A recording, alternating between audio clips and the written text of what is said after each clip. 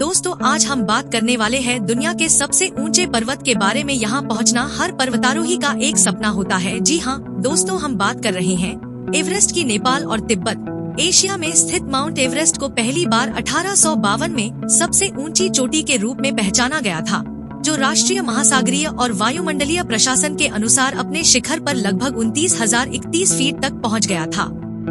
यह लगभग 60 मिलियन वर्षों से है और यह अब तक पृथ्वी पर सबसे प्रतिष्ठित पहाड़ों में से एक है। इस कारण से वाशिंगटन पोस्ट के अनुसार माउंट एवरेस्ट एशिया में एक शानदार पर्यटक आकर्षण है, जहां हर साल कम से कम 35,000 पर्यटक आते हैं। एवरेस्ट नाम का अर्थ है सबसे ऊंचा बिंदु। माउंट एवरेस्ट को यह नाम तब मिला जब सर्वेक्षणकर्ताओं ने 1850 के दशक में इसे सबसे ऊंची चोटी के रूप में खोजा। तिब्बत में इस पर्वत को चोमोलुंगमा के नाम से जाना जाता है, जिसका अर्थ है विश्व की देवी माँ।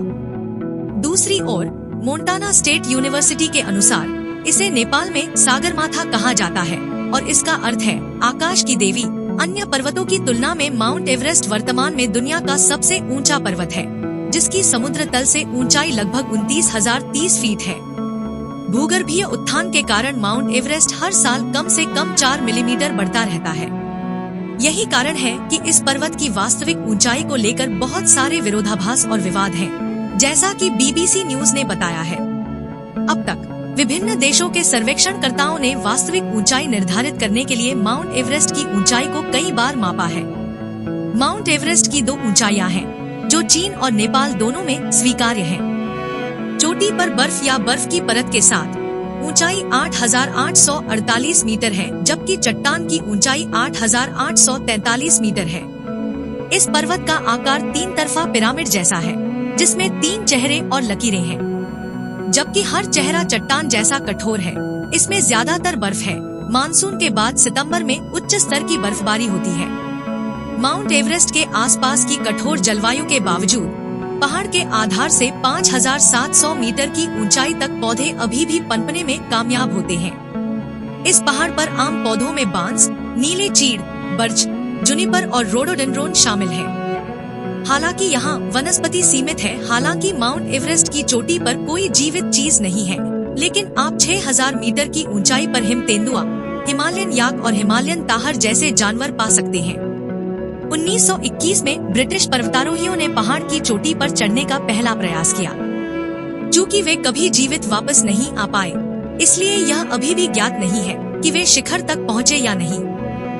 1953 में एडमंड हिलेरी और तेंजिंग नोर्गे माउंट एवरेस्ट शिखर पर सफलतापूर्वक पहुँचने वाले पहले 2 व्यक्ति बने। हर साल कम से कम 35,000 लोग माउंट एवरेस्ट पर प्राकृतिक दृश्य देखने और उसके आसपास की जलवायु परिस्थितियों का अनुभव करने के लिए आते हैं, लेकिन केवल 5,200 लोग ही सफलतापूर्वक शिखर पर चढ़ने और वापस आने में सफल हो पाते हैं। लक्पा शेरपा को माउंट एवरेस्ट पर चढ़ने वाली पहली नेपाली महिला का खिताब प्राप्त है। वह इस पर्वत पर सबसे अधिक बार चढ़ने वाली महिला के रूप में गिनीज वर्ल्ड रिकॉर्ड्स में भी शामिल है। खराब मौसम की स्थिति, ऊंचाई पर होने वाली बीमारी, कम ऑक्सीजन स्तर और थकान के कारण माउंट एवरेस्ट पर चढ़ने में लगभग 10 सप्ताह लगते हैं। ऐसा इसलिए है क्योंकि national centre for biotechnology information के अनुसार पर्वतारोही प्रत्येक बेस पर बार बार ब्रेक लेते हैं, ताकि चढ़ाई फिर से शुरू करने से पहले उच्च ऊंचाई के अनुकूल हो सके। एक ब्रेक में कई दिन या हफ्ते भी लग सकते हैं। माउंट एवरेस्ट पर चढ़ना महंगा है। आपको अंदाजा लगाने के लिए आपको नेपाल सरकार को $11,000 का लाइसेंस शुल्क देना होगा। साथ ही ऑक्सीजन, उपकरण, परिवहन और आपूर्ति का खर्च भी देना होगा। आपको शेरपा की सेवाओं, उपकरणों और ऑक्सीजन के लिए भी भुगतान करना होगा। कुल मिलाकर माउंट एवरेस्ट पर चढ़ने में प्रति व्यक्ति $30,000 से ज्यादा खर्च हो सकता है। जबकि लाइसेंस शुल्क स्थिर है, आपके पास मौजूद गाइड की संख्या और इस्तेमाल किए जाने वाले उपकरणों के आधार पर अन्य खर्च ज्यादा हो सकते हैं।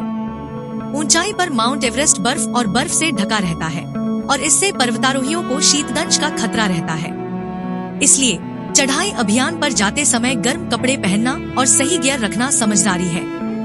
नेपाल राष्ट्रीय पर्वतीय गाइड एसोसिएशन के अनुसार जीवित रहने की संभावना बढ़ाने के लिए एक औसत पर्वतारोही को लगभग 7 बोतल ऑक्सीजन की आवश्यकता होती है, जो कम से कम 35 घंटे तक चल सकती है।